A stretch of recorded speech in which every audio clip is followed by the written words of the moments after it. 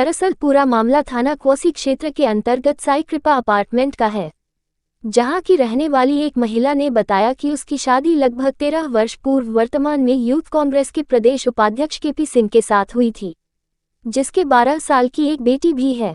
महिला ने बताया कि कुछ दिन पूर्व उसे पता चला कि उसके पति के द्वारा पूजा ठाकुर नाम की एक महिला के साथ शादी कर ली है। जब महिला ने इस बात का विरोध किया तो केपी सिंह ने अपनी पहली पत्नी को जान से मारने की धमकी दी और उक्त महिला को अपने साथ एक ही घर में रखने की बात कही। इस बात पर महिला राजी नहीं हुई तो केपी सिंह ने अपनी पहली पत्नी को जान से मारने की भी कोशिश की। महिला ने बताया कि मैं गंभीर बीमारियों से ग्रस्त हूं, इसके बाद भी मेरा पति मेरे साथ अनदेखी करता है और उक्त महिला को जबरदस्ती मेरे साथ मेरे घर में रखना चाहता है। जब इस पूरे घटनाक्रम की जानकारी मैंने अपनी ससुराल वालों को दी तो उन्होंने अपने बेटे का पक्ष लेते हुए मुझे झूठे मुकदमे एवं जान से मारने की धमकी दी। जब पूरे घटना की जानकारी मैंने अपने परिवार को दी तो मेरे परिवार वालों ने तत्काल थाना कोसी जाकर लिखित में मेरे पति के खिलाफ शिकायत दर्ज कराई है।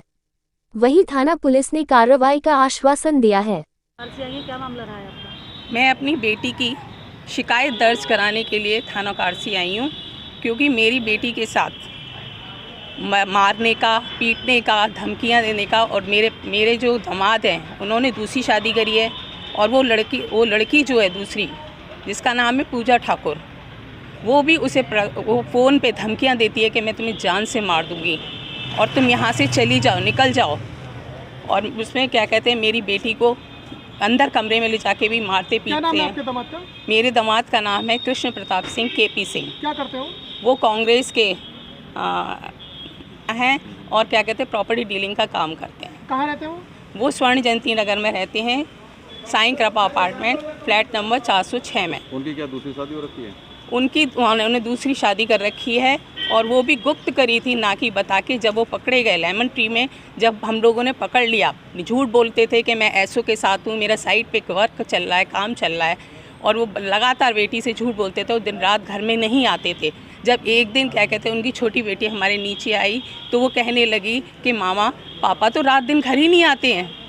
तब हमें शक हुआ तो हम लोग, बेटा बोला कि चलो मम्मी हम देखते हैं। हम गए। जैसे क्या चाहते हैं? हम ये चाहते हैं कि मेरी बेटी को न्याय मिलना चाहिए और उनको जो भी उनको सज़ा हो वो सज़ा होनी चाहिए।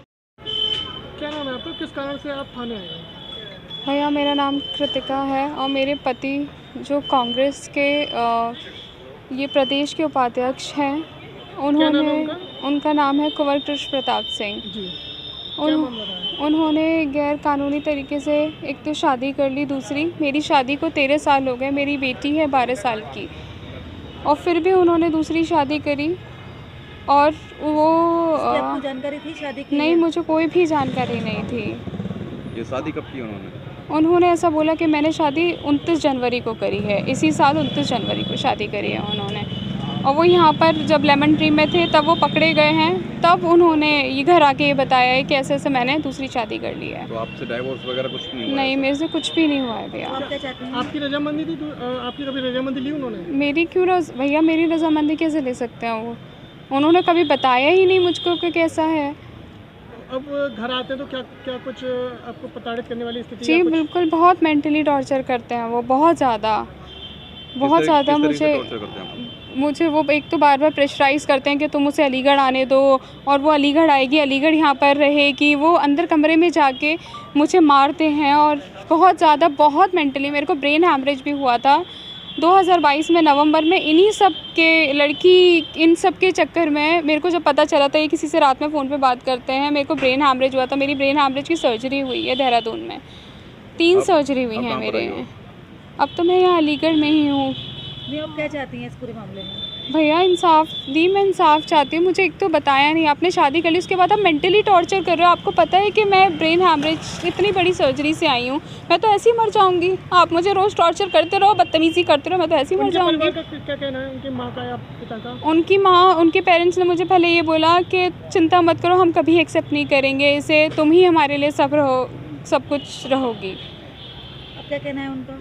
अभी तो ये है कि तुम केस करके गलत कर रही हो, तुम ये थाने जाके गलत कर रही हो, वो ये कह रहे हैं। कोई धमकी भी मिली आपको उनकी तरफ से? कोई धमकी वगैरह? हाँ बिल्कुल।